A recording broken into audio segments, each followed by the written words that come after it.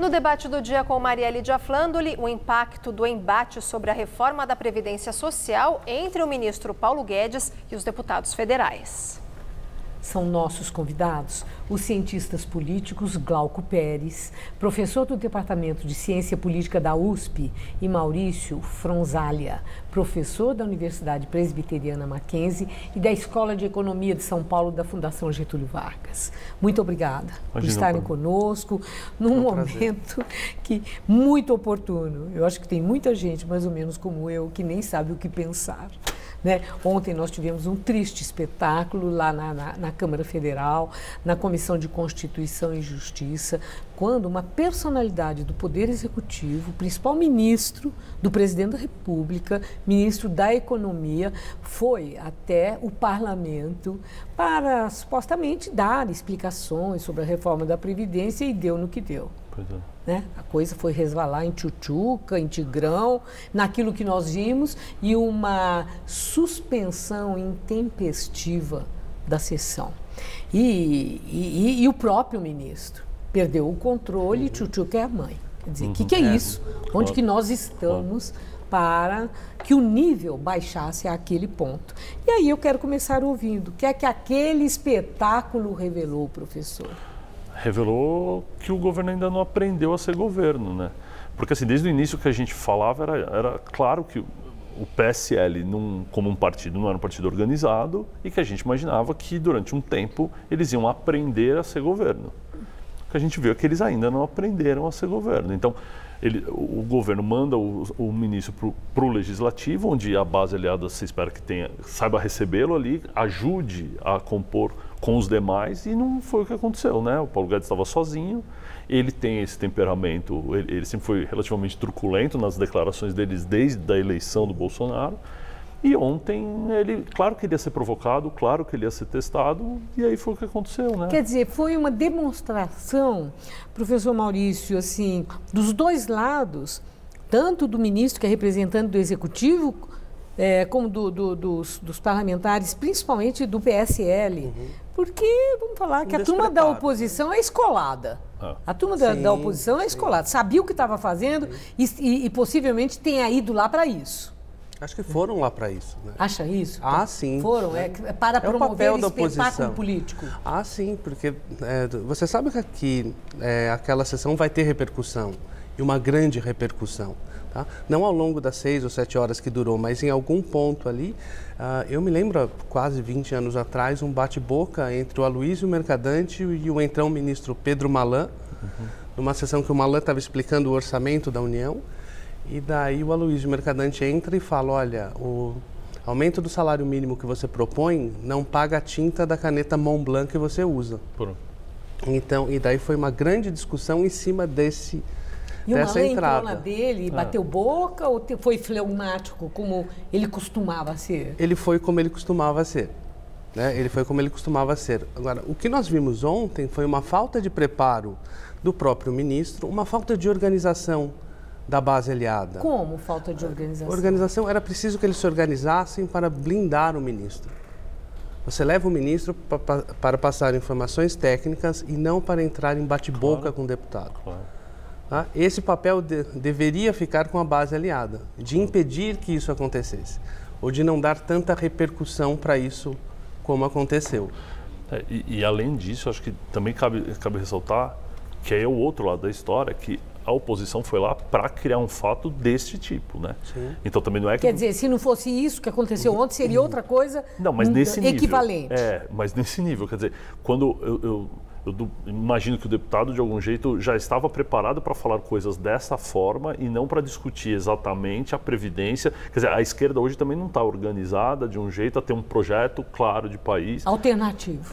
Quer dizer, o Paulo Guedes ficou lembrando os deputados da oposição do governo petista. E você fala, quer dizer, eles esqueceram do que foi. Eles não podem resgatar a atuação deles como oposição da década de 90, porque eles não são mais.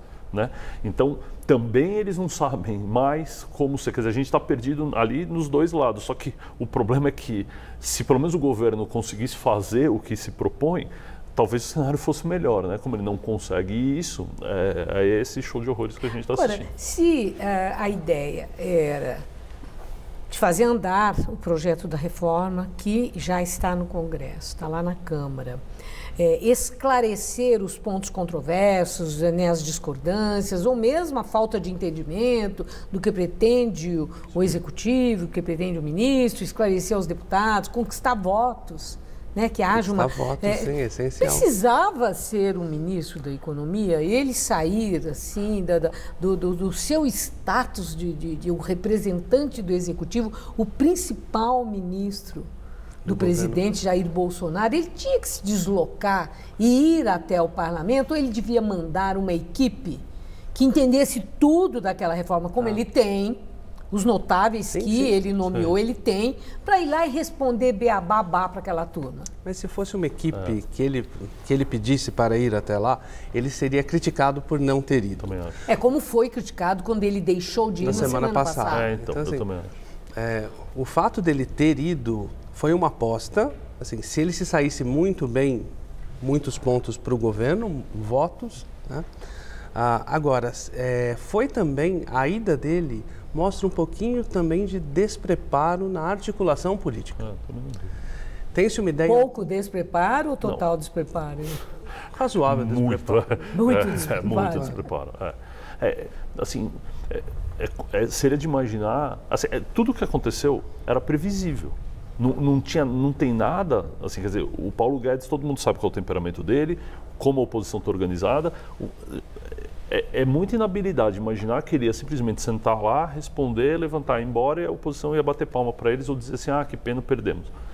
Eles iam provocar, ele sabia que todo mundo conhece o temperamento do Paulo Guedes, então eles já foram preparados para causar... Quer dizer, pavio curto, né? E todo mundo já foi preparado para causar esse tipo de transtorno, certo? Que nós passamos hoje o dia inteiro falando disso e não substantivamente. O dia inteiro. Pois então. Gente, hoje eu andei muito de carro, eu ouvi muito rádio no carro. As rádios tocando direto o tal do funk, falando de Tijuca. E Tigrão, quer dizer, reeditaram, né? Uma música que já ninguém ouvia mais, ninguém falava mais, nem como um bordão. Né? Já coisa que já foi para o esquecimento, ressuscitou. É verdade. Então, agora, isso poderia não ter acontecido. Tá? Se houvesse um pouquinho mais de organização... há uma visão muito equivocada de que a articulação política seja sinônimo de corrupção, e não é assim. Em muitas democracias, no Brasil inclusive, você pode fazer negociação política dentro dos limites da ética. Assim, não há uma contradição entre isso. Agora, muitos membros desse governo ou do eleitorado do Bolsonaro, né, acham que uma negociação, né, desvirtuaria o governo, mas ele necessita de negociação, tá? Porque ele está lidando com o poder. Né? Nós já estamos vendo sinais de que Bolsonaro e os seus aliados, que eles estão caindo na real, claro. Que sem a articulação política, sem a conversa, sem a formação de uma base, ele não vai sair do lugar. Eles estão conversando com um poder que é tão legítimo quanto ele. Sim. Claro. Sim. Não, e é de se imaginar que tenha grupos organizados da população que sejam contrários à reforma da Previdência, que isso seja legítimo, porque hoje eles são beneficiados. E eles precisam ser convencidos de que vão perder ou de que vão ter que ter contrapartida em algum outro lugar, alguma outra política que os beneficie, e isso faz parte do jogo. Isso não significa imoralidade, ilegalidade, nada. É fazer política, é convencer o outro. Ele acha uma outra coisa, eu sou favorável a outra política, eu preciso tentar entrar em acordo com ele. Negar isso, porque corrupção é que é um equívoco, né? Agora, ainda voltando, mas eu vou querer me deter nessa questão do presidencialismo de coalizão, que passou a ser traduzido como presidencialismo de corrupção. Né? Vamos conversar sobre isso. Mas antes, só para encerrar, né, do deplorável fato de ontem, na questão da experiência. É verdade, o PSL... Partido Novo, tem muita gente que está pela primeira vez aí militando na polícia. Muitos tiveram uma eleição que assim, estupenda, né? Centenas de milhares de votos. O que é isso? Claro. Né? Um desconhecido, de repente, aparece, que não sabe, né? Nunca lidou com política e está eleito, o trabalho das redes sociais. Então, todos nós nos deparamos com uma situação nova neste sentido. Porém, no PSL... eles próprios, entre eles, já tiveram uns desencontros de opinião e mesmo em relação ao projeto de reforma da Previdência Social, não havia um consenso ali. Claro. Consta que fecharam questão recentemente, não sei se foram chamados às falas, como é que é, mas já estavam entendendo, não, isso aí fere interesse da população mais carente, mais pobre, dos velhos, das mulheres, quer dizer, entre eles próprios. E aí a minha indagação é se ontem o PSL jogou politicamente ou agiu como agiu inadvertidamente.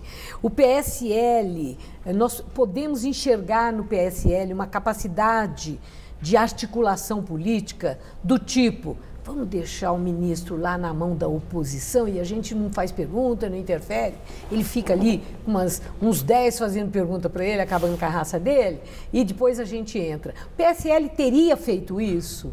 Ou não temos indicadores de capacidade de raciocínios maquiavélicos, digamos? Eu acho que foi inexperiência por vários deputados de primeiro mandato, de não terem essa vivência na casa e de não saberem exatamente como se dá essa rotina, né, na comissão. Então, eu acho que é inexperiência. Foi mesmo por inexperiência? Eu acho, sim. Eu também acho. A votação sobre o orçamento, que eles votaram a favor de uma pauta que era contrária ao governo, ao executivo, mostra uma capacidade de percepção do que está acontecendo. Eles não sabiam sobre o que estavam votando?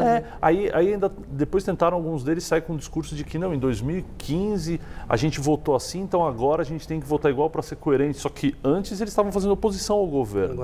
Agora eles votam do mesmo jeito fazendo oposição a eles próprios. Não faz sentido. E aí acontece uma história dessa, é difícil achar que eles imaginaram que numa briga, porque é uma briga fratricida, né? Eles estão querendo matar o Guedes para ganhar o quê exatamente? Os aliados, os parceiros. Então, enfim. Vamos jogar contra. Talvez, pode até ser que alguém apareça com uma justificativa, a Joyce Hasselmann, o próprio Eduardo Bolsonaro, alguém apareça com uma justificativa, mas ela vai ser feita depois. Não foi pensado antes. Não foi planejado. Não é possível. Não é Agora, possível. e a oposição? A oposição, ela não estava se fazendo ouvir muito. O PT, então, estava ali um tanto murcho. Super, né? Ontem, a oposição, em especial o PT, cresceu e apareceu? Cresceu. Foi bom para o PT a atitude do Zeca Dirceu, dando uma enquadrada como ele fez no ministro, naquele nível? Então, eu acho que não, eu suspeito que não. Assim, não é bom para o partido? Não, o partido tem que tentar se reconstruir, ele vai continuar nesse discurso anos 90. Entendeu? Não me parece ser algo que seja de fato propositivo. Quer dizer, e o PT continua achando que é o líder da esquerda, né? E que ocupando esse espaço, tocando a pauta desse jeito. Eu acho assim, é difícil fazer oposição hoje no Brasil porque o governo não está conseguindo implementar nada. Então você não tem como fazer oposição porque você não sabe o que eles querem. Então, como você não sabe o que quer, você não consegue opor. Opor a quê? Então não dá para identificar. Então você não consegue, então é mais difícil. Mas coincide com uma incapacidade do próprio partido se reorganizar. Quer dizer, o PT ontem não marcou o gol. Na verdade, ele apareceu, mas não marcou o gol. Então, apareceu. Apareceu impedido, digamos assim. Está falando para o próprio público, ele está falando para os petistas de carteirinha que continuam fazendo esses discursos, que parece um discurso de internet, né? Quer dizer, a fala toda do Zeca Dirceu parece um discurso de internet. Brigando para convertido, né? Agora, vamos falar, porque nós não temos mais muito tempo, que eu já estou sendo avisada aqui, sobre a questão do que é isso? O que aconteceu? Que demonizaram o presidencialismo de coalizão, que foi traduzido e explorado como presidencialismo de corrupção. E aí agora parece que o presidente Bolsonaro e os aliados estão vendo que sem um entendimento político, sem uma base, não vai andar, a coisa não vai funcionar. O que aconteceu? Esse gancho, para usar uma linguagem jornalística, né, o gancho de demonizar o presidencialismo de coalizão, como se fosse um mal em si mesmo. Olha, Maria, talvez, acho que vai entrar, esse período histórico aqui vai entrar como, esse tema vai ser o grande erro desse quadro histórico do Brasil, sabe? De misturar essas coisas, quer dizer, fazer política como algo que necessariamente cai em algo ilegal. Então, não é porque os termos das negociações eram ruins, e eram ruins, é isso que está todo mundo vendo, que então vamos acabar com a negociação. Não existe isso, né? Quer dizer, não existe não ter que negociar com o outro, né?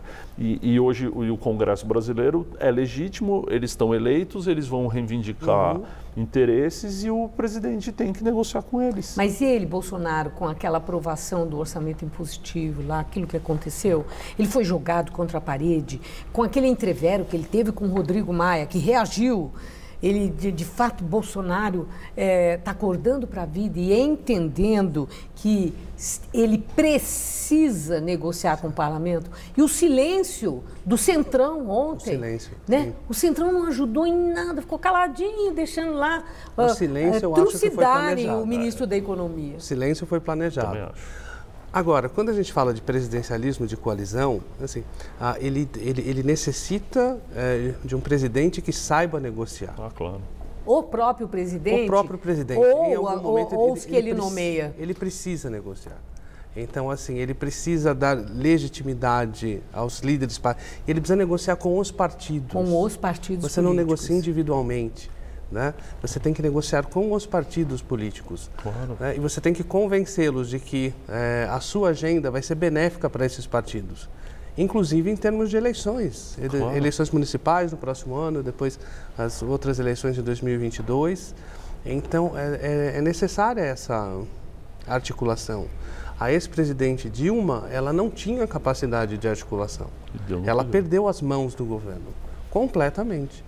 Ela ficou refém da Câmara. Isso quer dizer o quê? Que o Bolsonaro está vulnerável? Tá perdendo a mão? Não, ele não conseguiu achar ainda, ele por enquanto ainda está com o benefício da eleição, então com apoio popular e tudo, mas a gente não sabe até quando isso dura. E se ele não mudar, vai ser difícil. Bom, vocês não vão acreditar que o nosso tempo terminou, né? Pois é, sempre. Bom, eu espero que vocês saiam tão frustrados como eu, com desejo de voltar. Sem dúvida. E o convite está feito. Espero que voltem. Muito obrigado. Muito obrigada. Imagina, Uma boa noite pelos esclarecimentos. Muito obrigada. Imagina, à disposição.